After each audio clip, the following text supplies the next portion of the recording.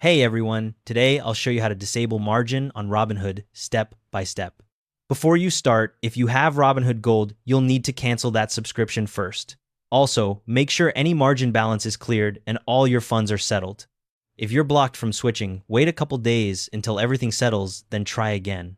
Open the Robinhood app and tap the account icon, that's the person icon in the bottom right corner.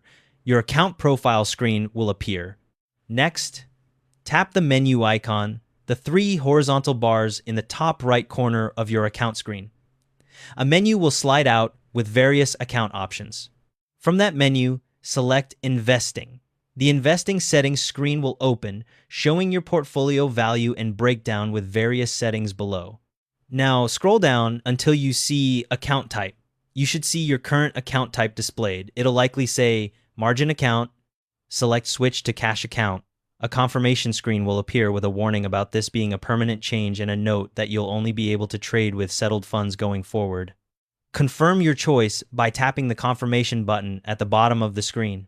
Your account type will change to cash account, and you'll see a note that you can't switch accounts more than once each trading day. Quick heads up on what changes with a cash account. You can't trade with unsettled funds from stock and option sales. Stocks and options take one trading day to settle. Keep in mind, it can take 3 to 5 days for funds to settle with Robinhood after you make the switch. On the upside, you now have unlimited day trades, and you're not subject to pattern day trading regulations anymore.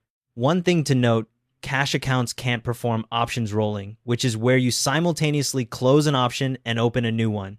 And if you ever want to switch back to a margin account, you can only do it once per trading day using the same process.